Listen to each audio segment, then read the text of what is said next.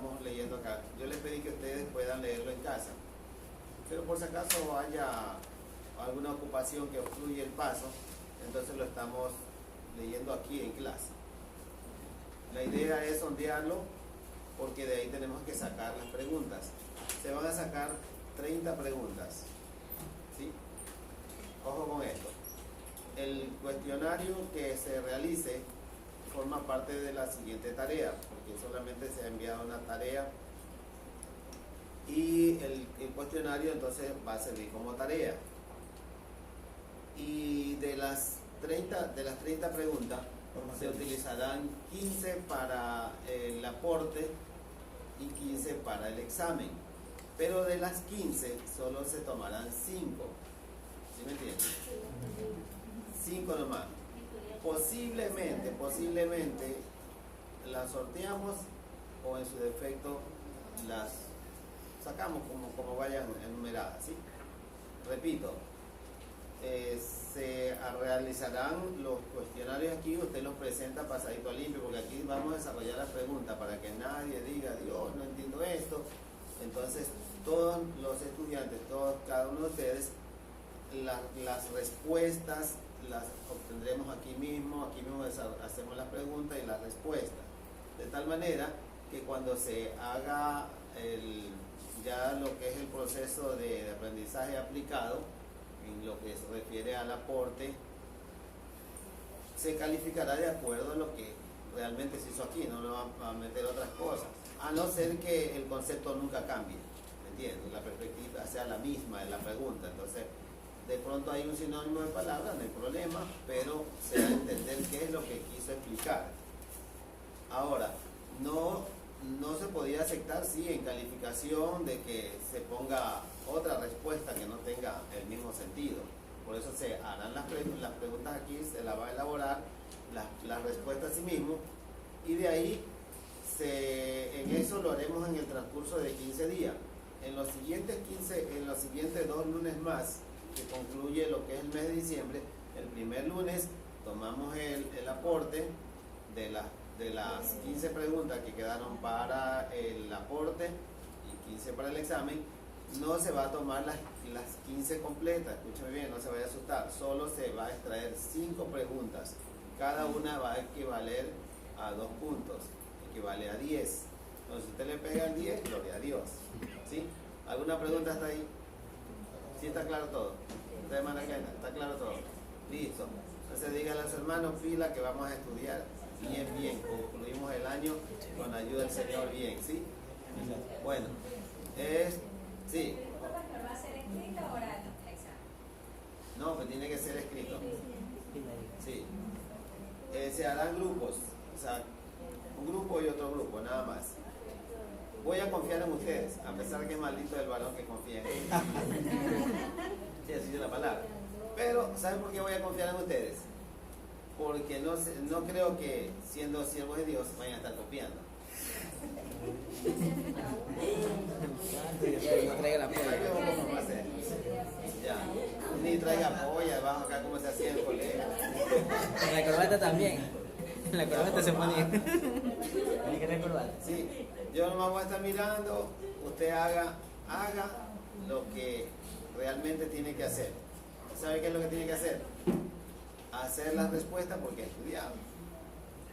Pienso que serán fáciles. No es difícil.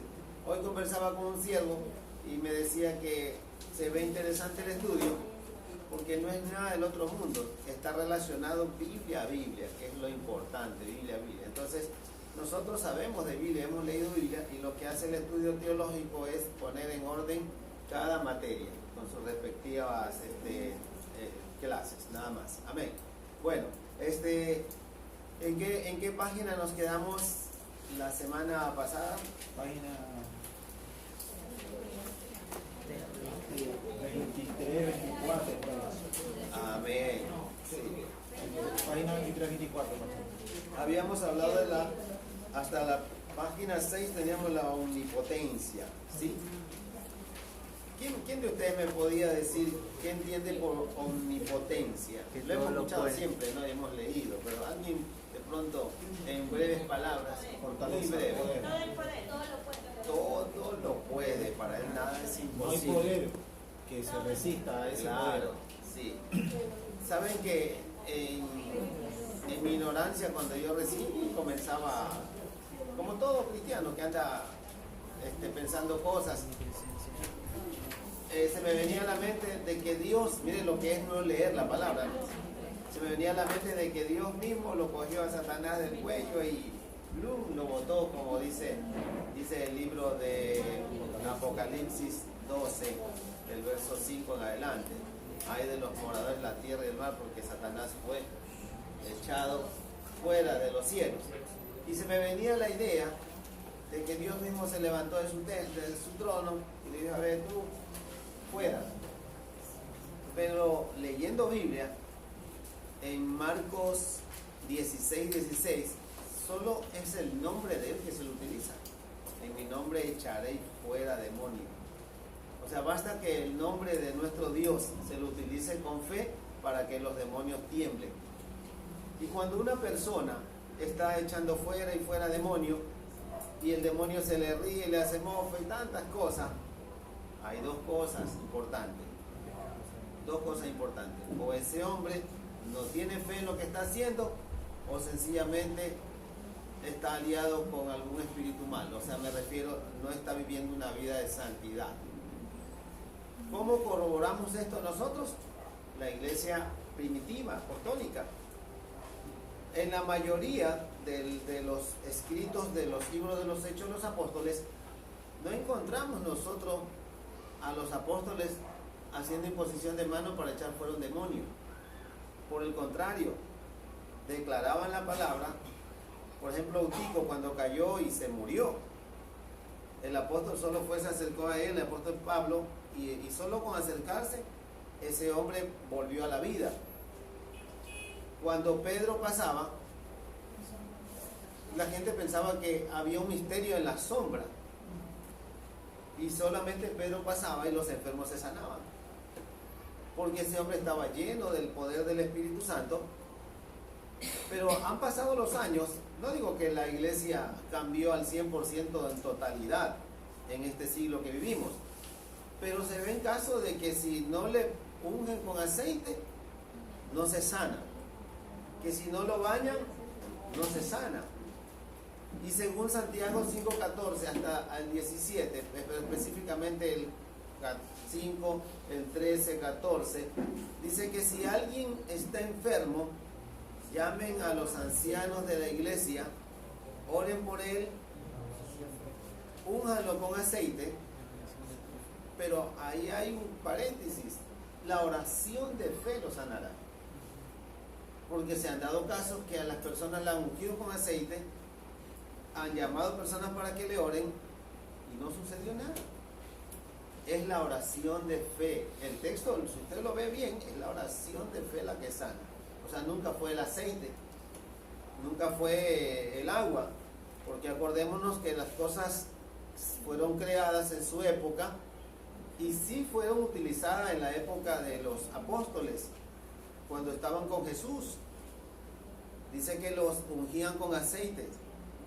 Pero después Juan, el escritor sagrado, Juan, el anciano, dijo lo siguiente: nosotros ahora tenemos la unción del Santo. Entonces, con una unción poderosa, no necesitamos de aceite ni de agua. Muy respetuosamente, como líder y pastor de esta iglesia, yo he recibido, ya no tanto, antes se llenaba esto de aceite, taquitos por todos lados, pero con una explicación detallada, muy poco, ya casi no hay aceite aquí, porque es la oración de fe en el nombre de Dios. Entonces, la omnipotencia de Dios, cuando nosotros la utilizamos de la siguiente manera: una vida ordenada, una vida como Dios lo manda, los demonios saben quién es el cristiano. Inclusive el libro de los Hechos de los Apóstoles, creo que es el capítulo 18, algo así si no me equivoco, ahí están los hijos de un tal Esceva, que quisieron hacer lo mismo que hacía Pablo.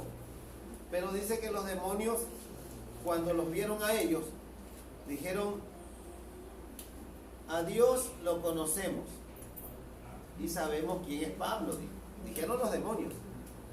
Pero ustedes, ¿qué pasó ahí, hermano George? Sí, se le fueron encima y les dañaron la ropa y los dejaron en ridículo. Uy, Dios mío, interesante. Porque se pensó que simplemente el demonio sale o de pronto se utiliza la omnipotencia de Dios, el que grita más. No es el que más grita, es el que más se integra a la verdad y santidad de Dios. ¿Sí? Entonces ahí tenemos un breve ejemplo de la omnipotencia prácticamente impartida a la iglesia, se la dio a la iglesia para que haga cosas grandes. Amén. Entramos entonces a la página número 25. ¿Sí están leyendo en casa ustedes los folletos? Ah, sin silencio, ¿no? 25 para arriba, no. El silencio de ese todo. Soberanía, punto 7. Soberanía. ¿Algún hermano desea leer, por favor, la soberanía? ¿Un hermano o hermana? Bajo el título anterior, ya hemos discutido la soberanía de Dios sobre las naciones y el reino invisible. En este punto, una consideración especial debe dársela a la antigua controversia sobre la soberanía de Dios ante el libre albedrío del hombre. San Pablo escribe en Efesios: según nos escogió en él antes de la fundación del mundo, para que fuésemos santos y sin mancha delante de él, en amor habiéndonos predestinado para ser adoptados hijos suyos, según el puro afecto de su amor, de su voluntad. Efesios 1, 4, 5. Este pasaje parece inferir que todo resulta de la voluntad de Dios. Por otro lado, Juan, en el capítulo 22 de Apocalipsis, cita a Jesús en su última apelación al hombre: y el que quiere, tome del agua de la vida gratuitamente. Apocalipsis 22, 17. Este pasaje dice claramente que el agua de vida está disponible para cualquiera, sobre la base de elección y libre albedrío humano. Indiscutiblemente, la doctrina de elecciones y predestinación está en la Biblia. Por otra parte, tenemos la palabra de Jesús mientras lloraba sobre Jerusalén. Jerusalén, Jerusalén, ¿cuántas veces quise juntar a tus hijos y no quisiste? Mateo 23, 3, 37. Otra vez, y no queréis venir a mí para que tengáis vida. Y otra vez, todo aquel que en él cree no se pierda, mas tenga vida eterna. Juan 3:16. Amén. Gracias, hermano. En sí, ¿qué entendemos cuando se utiliza la palabra soberanía? ¿Qué le queda como concepto a usted?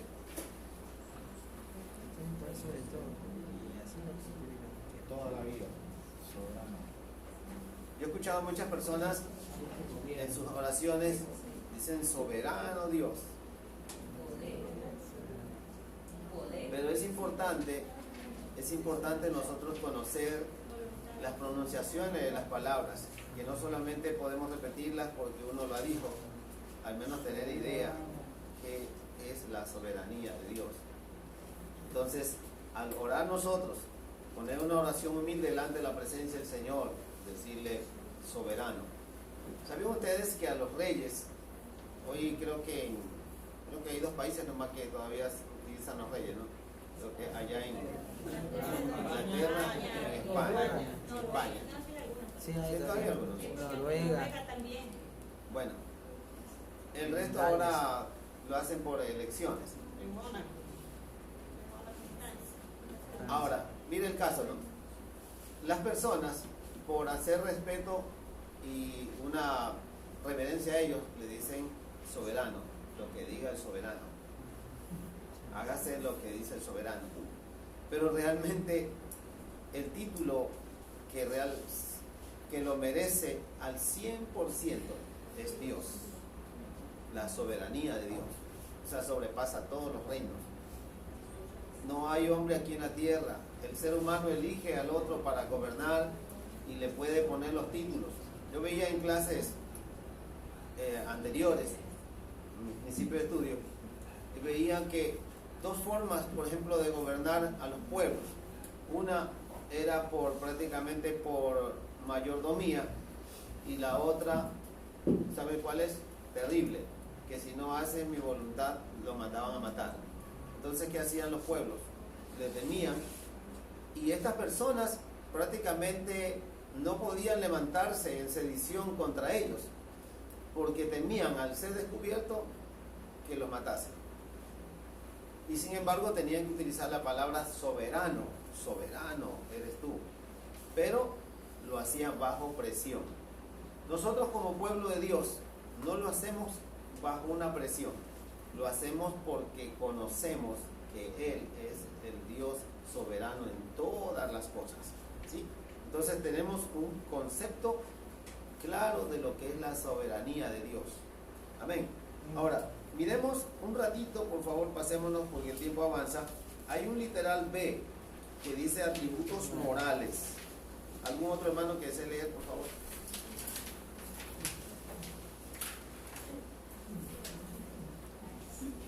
Eso está en la página 26.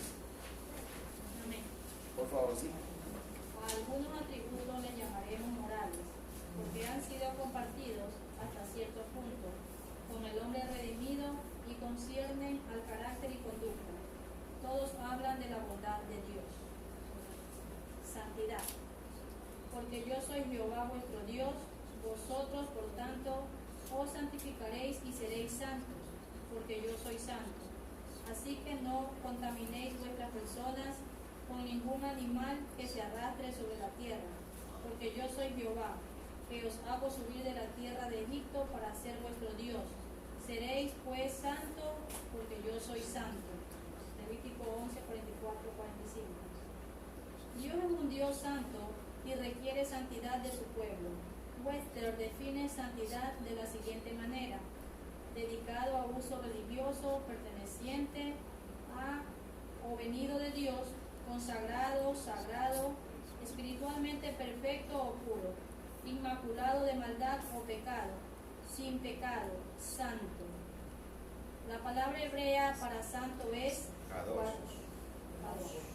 Kadosh. Kadosh. Está definida en Old Testament Word Studies, estudio de palabras del Antiguo Testamento, de la siguiente manera: atribuido a todas esas cosas que de cualquier manera conciernen a Dios, o su adoración, sagrado, libre de mancha de vicio, idolatría y otras impurezas y cosas profanas.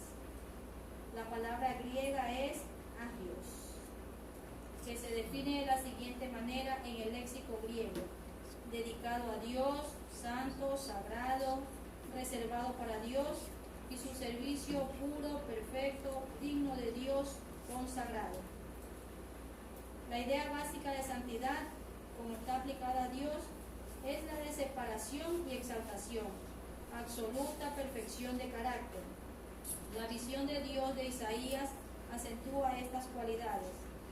Vi yo al Señor sentado sobre un trono alto y sublime, y sus faldas llenaban el templo.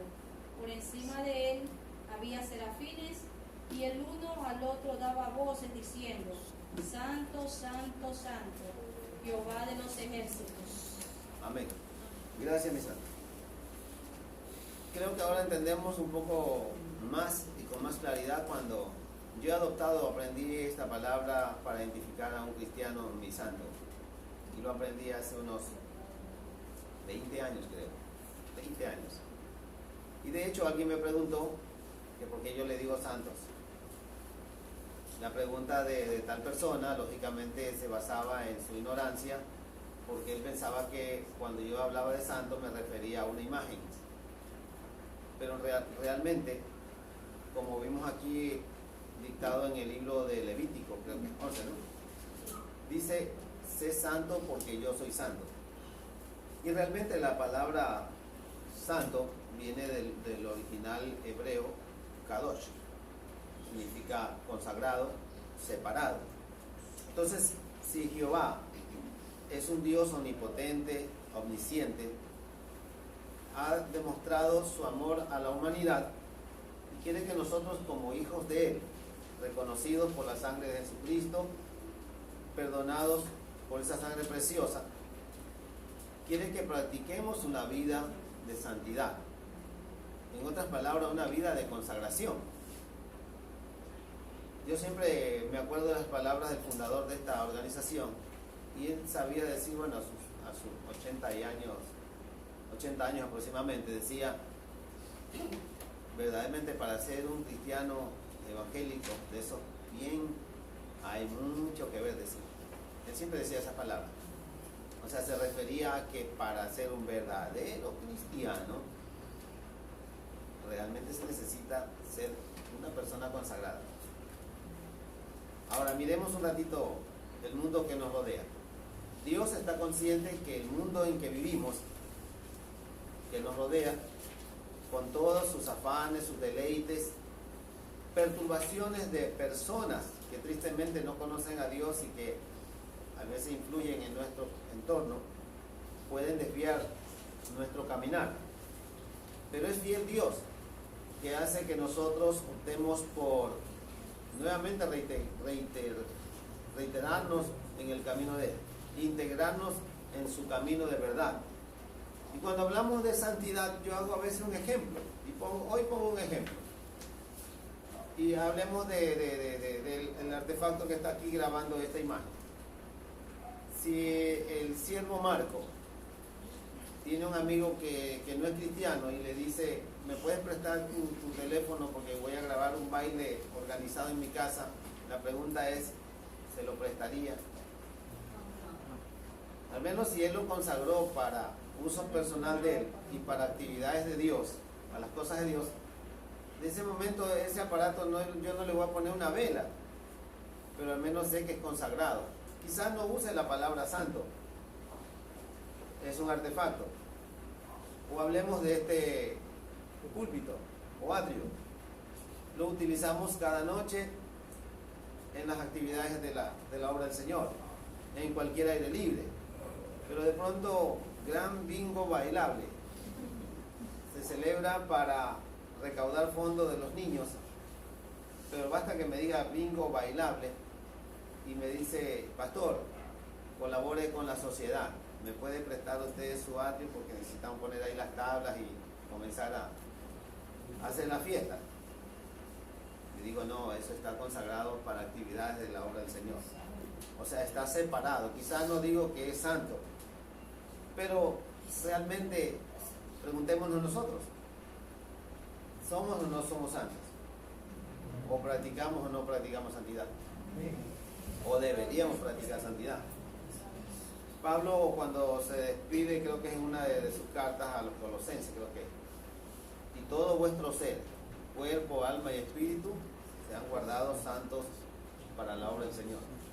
Entonces ese Dios hermoso no solamente quiere obtener su santidad íntegra hacia Él, sino que quiere que sus seguidores lo practiquemos. Y es muy lindo, porque si corroboramos esto con lo que hablamos hace unos minutos acerca de la omnipotencia y lo relacionamos, entonces estaríamos sacando como resultado que ahí depende la autoridad de toda persona en el servicio de la obra del Señor. ¿Estamos claros hasta ahí? ¿Alguna pregunta hasta ahí, mis santos? Les dije mis santos. Bueno, ya se me quedó esa palabra acá. Perdón, una persona que no ha venido a los pies de Cristo, ese sí no se le puede decir santo. No puede ser, porque prácticamente no está consagrado para Dios. Aún la mente, la personalidad de él, si no está consagrada para Dios, entonces no está practicando cosas de Dios. Y sabe que esto, quizá me extienda un pequeño minuto, pero a veces sucede en nuestra forma de ser cristiano. Nadie sabe nuestra condición. Podemos venir a la iglesia, cantamos, hasta sentimos la presencia de Dios, lloramos, nos quebrantamos, pero de pronto tenemos un rencor contra de alguien. Y de pronto hacemos crujir de dientes y yo quisiera que la justicia haga lo que tiene que hacer ahí. Entonces quebrantamos el segundo mandamiento que dice, ama a tu prójimo como si fueras tu propia persona. Entonces en ese momento no estoy siendo íntegro, no estoy siendo santo, porque para ser santo realmente se debe hacer lo que manda el Señor. Entonces el anciano Vivarola decía, para ser un verdadero cristiano hay mucho que ver, decía él. Ahora que han pasado los años, nos damos cuenta que tenía mucha razón, porque dijo Salomón cuando erigía el templo, no hay hombre que no peque aquí en la tierra. Tú lo oirás, dice, porque no hay hombre que no peque. Realmente podemos pecar a veces sin querer. Usted salió tranquilo y alguien se atravesó por el camino, le causó problemas, dificultad, y realmente se necesita estar sumamente consagrado a Dios, o en su defecto, si tuvo un pequeño resbalón, reconocer, perdón, ten misericordia, no sabía qué hacer esto. Y hay palabra hermosa que dice, si 7 veces el justo cae, 7 veces lo levanta el Señor. ¿Sí? Dígale. Le pregunto eso porque mi hermano vive en el Recreo y él no es cristiano, pero él me llamó y me dijo, hola, yo le digo, ¿qué fue mi santo? Te le digo. Pero por decirle, no saludarlo a mi hermano. Él me dice, no me digas santo que yo todavía soy el diablo, me dice. Así. Sí, o sea que Usted no reconoce todavía. Sí, sí, sí. Yo soy el Tiene diablo. esperanza. Sí. Me dice me causó. ¿Quién le ha predicado? A él. Sí. Ah, entonces Sí, exacto, por eso sí. que él dice todavía. Exacto, Trabaja claro, él acá. conoce porque mi sobrina es cristiana, la hija de él. Ah, y bien. él todavía no, y él ya, esa expresión también tuvo un sentido bien claro. ¿No? O sea, que él, Sí, y le digo una cosa, no, esa palabra mi santo sí se la puede emplear en el sentido de fe cuando queremos, estimación, ¿no? cuando a alguien lo hemos consagrado para Dios. Tal es el caso que escuché un testimonio muy interesante de una madre de familia cristiana, y su hija ejercía el viejo oficio de la prostitución. Siendo una cristiana ella, su hija era prostituta, tristemente, ramera. Y ella habló con su pastor y le dijo, ¿qué hago, pastor? Yo he orado tanto por mi hija, pero ella ya es mayor, ella toma su decisión y sabrá. Yo sé que ande malos pasos, pastor. Entonces el pastor le dijo, vamos a orar y declaremos palabra de fe, declarémosla santa para el Señor. Entonces de hoy en adelante usted recíbala a la hora que llegue y dígale, bienvenida mi santa. Sí, ahora resulta que ella llegaba a 3 de la mañana con olor a trago y todo eso, y ella le abría la puerta, bienvenida, sierva, la santa del Señor, y la chica se ponía a llorar y le dice, tú te burlas de lo que yo soy. No, porque eres una santa del Señor. Y eso lo hizo por varias ocasiones, hasta que un día ella contó el testimonio, dice que estaba despachando licor en el sitio donde trabajaba, y llegó un personaje completamente vestido de blanco, todo blanco, el calzado era terno, dice, una elegancia, y tenía un pequeño sombrero blanco. Se caminó y la señaló y le dijo todo lo que ella era, y le dio su nombre, todo, y le dijo que Dios la amaba. Solo bastó eso. Dice que ella en ese momento cayó rendida, y ella misma buscó un templo, una iglesia, para pedir que oren por ella. Cuando yo escuchaba el testimonio, ella ya era pastora. Miren lo que Dios hizo. O sea, esa palabra se la puso en práctica para declarar una oración por la fe en el Señor, que Dios puede cambiar las personas. ¿Sí? Pero nosotros, como siervos de Dios, al conocer la palabra, nos damos cuenta que el Kadosh, o sea, el separado para las actividades de Dios, es aquel que ya recibió a Jesucristo como su Salvador, y que siempre debemos estar buscando el rostro de Dios como lo manda, y pidiéndole a Dios que nos guarde en todo momento. ¿Sí? ¿Listo? Pasemos por favor al saltarnos otra página que tengo acá y quiero compartir con usted. La página 28. Al final de esta página 28, al final dice amor, misericordia, bondad. ¿Algún otro hermano que desee leer, por favor? El que no ama no ha conocido a Dios, porque Dios es amor. En esto se mostró el amor de Dios para con nosotros, en que Dios envió a su Hijo unigénito al mundo, para que vivamos por Él. En esto consiste el amor, no en que nosotros hayamos amado a Dios, sino en que Él nos amó a nosotros y envió a su Hijo en propiciación por nuestros pecados. Amados, si Dios nos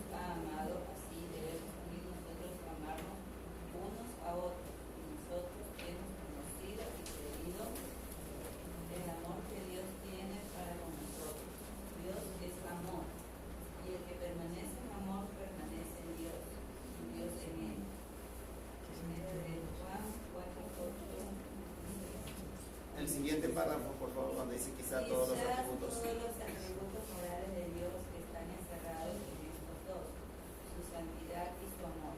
En su santidad Él es inalcanzable, en su amor Él nos alcanza a nosotros, en su santidad es trascendente, en su amor es inmanente. Pero no hay dos señores, sino uno que es a la vez santo y amoroso. Para el hombre caído estos dos atributos aparentemente irreconciliables son unificados a la perfecta obra expiatoria de Cristo, en la cual las demandas de santidad son satisfechas y la emanación de amor es realizada. La palabra hebrea para amor es ajá, Ajá. que tiene casi el mismo registro de significado que nuestra palabra española. Puede expresar el amor divino y el amor carnal del hombre. El Antiguo Testamento nos revela el amor de Dios en palabras hasta el libro de Deuteronomio. Quizás era necesario establecer la santidad de Dios en adelante para la revelación de su amor. Leemos: cualquier que tocar el monte seguro morirá. Pero en Deuteronomio Dios expresa su amor como la base de su pacto con la nación de Israel. Porque tú eres pueblo santo para Jehová tu Dios. Jehová tu Dios te ha escogido para ser un pueblo especial, más que todos los pueblos que están sobre la tierra. No por ser vosotros más que todos los pueblos que ha querido Jehová, Dios ha escogido. Por vosotros seáis el más significante de todos los pueblos, sino por cuanto Jehová os amó y quiso volver su juramento que juró a vuestros padres. Os ha sacado Jehová con mano poderosa y os ha rescatado de servidumbre. El amor de Dios se ve constantemente en la historia de Israel, en su paciencia y sufrimiento al tratar con su pueblo, aún en los tiempos de sus caídas y calamidades, porque el Señor al que ama disciplina. En el Nuevo Testamento hay varias palabras griegas para definir amor, pero cuando se hace referencia al amor de Dios, la palabra utilizada es siempre ágape. El léxico define ágape y el verbo agapao de la siguiente manera: amar, valorar, estimar, sentir, manifestar generoso interés, por ser fiel hacia deleitarse en, atesorar sobre consiguiente, amor, generosidad, cariñoso, interés, devoción. El sustantivo ágape se encuentra rara vez en griego clásico. Es una de las palabras que es dada un nuevo significativo cristiano en el Nuevo Testamento. El apóstol Juan nos da las dos más grandes declaraciones sobre el amor de Dios, porque de tal manera amó Dios al mundo, que dio a su Hijo unigénito, que todo aquel que en él cree no se pierda, mas tenga vida eterna. Dios es amor. Las siguientes son pruebas del amor de Dios para con el creyente: la seguridad de nuestra salvación y vida eterna, el deseo de y la acción de proveer todas las cosas necesarias. Él envió al Consolador, al Espíritu Santo, nuestra colocación en su cuerpo, nos hizo hijos de Dios, la provisión de medios para una sanidad corporal, la provisión de medios para una vida cristiana victoriosa. Bajo la categoría del amor pueden ser incluidas otras virtudes como misericordia, sufrimiento, paciente, bondad, toda compasión, etc. Amén, Santa. Muchas gracias. Estamos en hora de recreo. Solo quería decirle algo pequeñín, de acuerdo a lo que leímos. Se hablaba acerca del amor, aquí en lo que habíamos visto, en la misericordia tan grande. Ese amor ágape, ¿verdad?, que es una palabra de origen griego, solo se atribuye a Él, a Dios. Al ser humano es un poco difícil que diga: tú tienes un amor ágape, porque nadie conoce el corazón. Podemos decir yo te amo de los labios hacia afuera, pero el corazón solo lo conoce Dios. Pero cuando Dios dice yo te amo, verdaderamente ama de verdad. Y Él lo demostró, enviando a su Hijo, y aún Jesús demostró también. Porque si usted lee el libro de Mateo 26, versículos 40, 41 en adelante, Jesús sube a orar al monte Getsemaní, y estando allá dice: Padre, si es posible, pase de mí esta copa, pero hágase como tú quieres. O sea, le dio a entender lo que yo voy a pasar, va a ser duro, me van a hacer pedazos, pero si hay posibilidad de que no suceda, pero mejor que se haga lo que tú dices. O sea, nunca él rehusó al pedirle a Dios que, ¿sabes qué? Ya no quiero ir acá, esto está difícil. Él dijo, hágase tu voluntad. Y en el escrito de Mateo 8, que quizá algunos lo recordarán, Mateo 8, ahí está un hombre leproso que muy distante se postró, dice, ante Dios, ante Jesús, y le dijo, si quieres, puedes limpiar. Jesús estaba justamente en la mitad, yo digo, me imagino así, alguna línea imaginaria, estaba él de pie entre la ley y la gracia, ¿sí? Porque Jesús traía la gracia de un nuevo pacto y estaba dando por concluido a un antiguo pacto de ley que mataba. Y de hecho a este hombre que estaba leproso en la ley de Moisés, nadie se le podía acercar. Y Jesús fue en contra prácticamente de los escritos de los libros atribuidos a Moisés, que justamente está en el libro de Levíticos 3.5 o 5.3, algo creo, uno de los dos versículos. Y dice que cualquiera que toque un inmundo se vuelve inmundo. Pero el amor de Jesús fue tan grande que ese hombre dijo, si quieres puedes limpiarme. Y Jesús se acercó y lo tocó. Ahora imagínense todos los que estaban guiados por la ley. ¿Qué observación vieron? El llamado Hijo de Dios, el Mesías. Dios mío, qué vergüenza. Lo veremos en una próxima oportunidad. Sí, iba a ser inmundo, sabía que tenía el poder. Pero vamos a que ritualmente quedó impuro. Ante la sociedad quedó en vergüenza. Ay, la vergüenza más fea, si soy inmundo. Yo me imagino que pocos ya dejaron de seguirlos y otros, sigámoslo nomás, pero otros no, yo no, si la ley dice que no te acerques y él ya quedó inmundo. Amén. Bueno, estamos en recreo, ¿sí? Sí. Tienen unos minutos de descanso.